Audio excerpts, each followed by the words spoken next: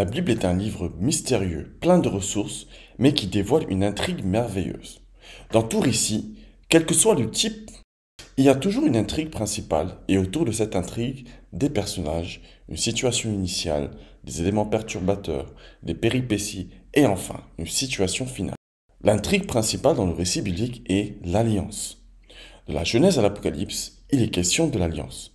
Et cette alliance a été redirigée, reformulée, redéfinie, suivant les périodes. Dieu fit alliance avec Adam dans le jardin d'Éden, puis avec Noé après le déluge, puis avec Abraham et dans les temps plus éloignés, par Jésus-Christ au travers du sacrifice de la croix. Ce sacrifice, comme le dit les Écritures, marque l'alliance ultime avec Dieu. Comme dans tout récit, le plus important se situe dans l'équilibre initial et dans la situation finale, à moins qu'il ne s'agisse d'un récit tragique. La Bible commence et se termine sur une marque heureuse. Le récit biblique commence par le jardin d'Éden, marqué par l'alliance avec Dieu le Père et scellé par l'union d'Adam et Ève, lesquels étaient appelés à peupler la terre et préserver Éden.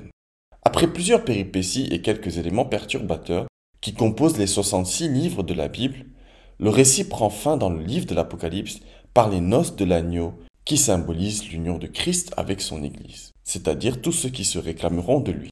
Le meilleur symbole pour décrire l'alliance spirituelle avec Christ est le mariage.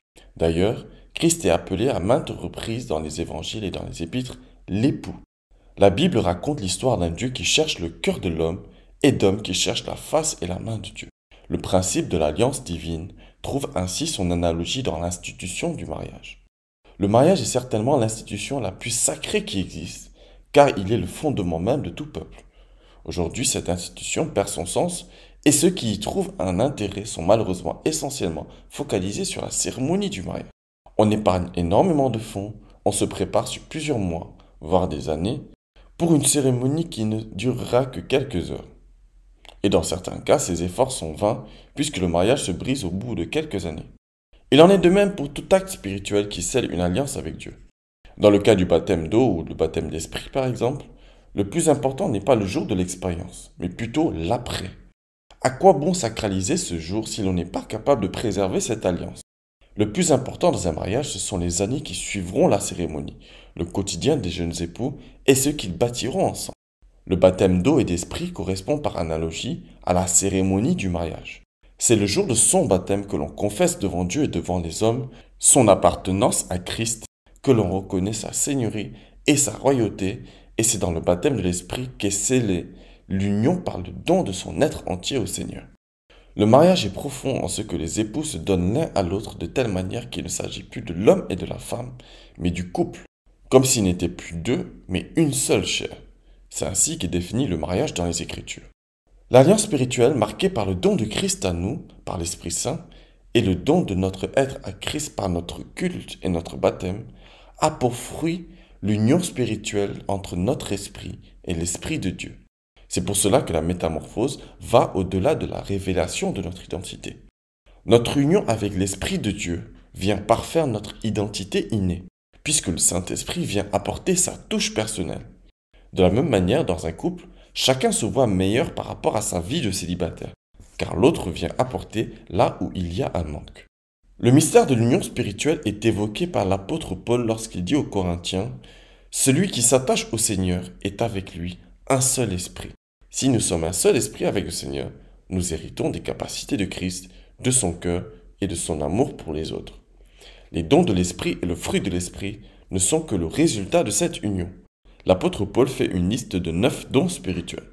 La parole de sagesse ou la capacité à exhorter et donner des conseils et directions divins.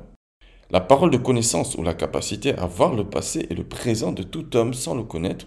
La foi ou la capacité à rendre les choses invisibles plus réelles que les choses visibles. Les dons de guérison, les dons des miracles, la prophétie ou la capacité à décrire l'avenir ou le cœur de Dieu, le discernement des esprits ou la capacité à sonder le cœur des personnes et des situations, le don des langues ou le parler en langue, l'interprétation des langues. Ces dons, comme le décrit l'apôtre Paul, sont distribués selon la bonne volonté de l'esprit et pour l'utilité commune.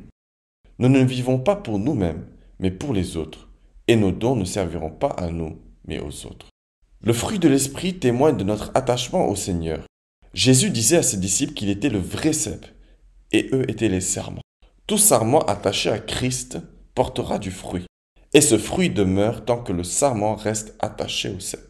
Le fruit de l'esprit dont parle l'apôtre Paul dans Galates 5, 22 comprend 9 facettes. Il ne s'agit pas de 9 fruits, mais d'un fruit à 9 facettes, qui sont l'amour, la joie, la paix, la patience, la douceur, la maîtrise de soi, la bonté, la bienveillance et la fidélité. L'homme a tendance à préférer des capacités surnaturelles à une nature divine.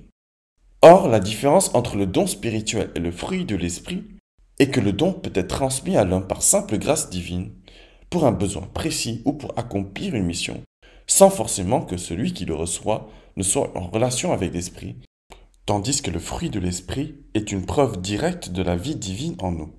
Ainsi, il est plus rassurant d'expérimenter le fruit de l'esprit en nous que d'expérimenter un don spirituel. Un don spirituel exprimé par une personne saisie par le Saint-Esprit doit suivre l'émergence du fruit, car tout don qui n'est pas motivé par l'amour est vide pour la personne qui le possède, même s'il est utile pour autrui. Jésus est pour nous l'exemple parfait, puisqu'il est le Logos fait chair, la source vitale faite chair, pour servir de modèle à l'humanité. Jésus a expérimenté tous les dons spirituels que nous avons cités. Lorsqu'il guérissait les malades, son acte n'était motivé par aucun intérêt, mais par une profonde compassion. D'ailleurs, dans le récit des évangiles, nous voyons toujours l'amour qui animait le Christ avant de faire du bien au peuple au travers de ses dons. Aujourd'hui, il existe plusieurs personnes qui expérimentent les dons spirituels à plusieurs niveaux, et nous avons tendance à les placer sur un certain piédestal. La véritable question que nous devons nous poser est: qu'est-ce qui motive leurs dons ou quelle en est l'origine? Le monde spirituel ne fait pas uniquement référence au royaume de Christ. Il fait aussi référence à d'autres esprits et dominations spirituelles séparés de Dieu le Père à cause de l'orgueil. Ainsi, les dons spirituels ne sont pas spécifiques à Christ, mais à toute forme d'entité spirituelle. Faire preuve de vigilance et de discernement est donc essentiel afin de distinguer l'action du Saint-Esprit de l'action démoniaque. La Bible fait mention de la rébellion de l'ange par excellence à qui Dieu avait donné gloire et puissance, Lucifer. Dans des temps très anciens, avant même l'existence de l'univers physique, voulant prendre la place de Dieu, il s'est rebellé, lui et un tiers des anges, et sa rébellion a entraîné une séparation d'avec Dieu le Père. Lucifer, devenu plus tard Satan, de même que ses anges, ont tous les dons spirituels, mais il leur manque une caractéristique essentielle, l'amour. Le manque d'amour de Satan, attesté par son orgueil, a causé sa chute et sa séparation avec la présence de Dieu. L'orgueil est la conséquence du manque d'amour, car l'humilité est l'une des marques de l'amour et se définit par une considération de l'autre avant soi. C'est pour cela que l'amour est le premier témoin de notre affiliation à Dieu le Père. Nous n'entrerons pas dans les détails car aborder la question de la démonologie et des principautés spirituelles relève d'une étude complexe et longue, tant il y a de choses à dire à ce sujet. La pensée christique concernant la connexion spirituelle est assez simple et réduite. Elle reconnaît une source créatrice unique dans l'univers, celle de Dieu le Père, un chemin unique pour y accéder, celui de Christ, incarnation du Logos, principe vital de toute chose, et une puissance unique découlant de cette source, le Saint-Esprit. À quoi bon penser à d'autres intermédiaires spirituels si le Saint-Esprit, l'esprit même de cette source, a la capacité de vivre en nous? Lorsque cet esprit habite en nous, il fait toute la différence, car il manifeste en nous l'amour et toutes les autres vertus qui suivent, à savoir la joie, la paix, la patience, la douceur, la maîtrise de soi, la fidélité, la bonté et la bienveillance.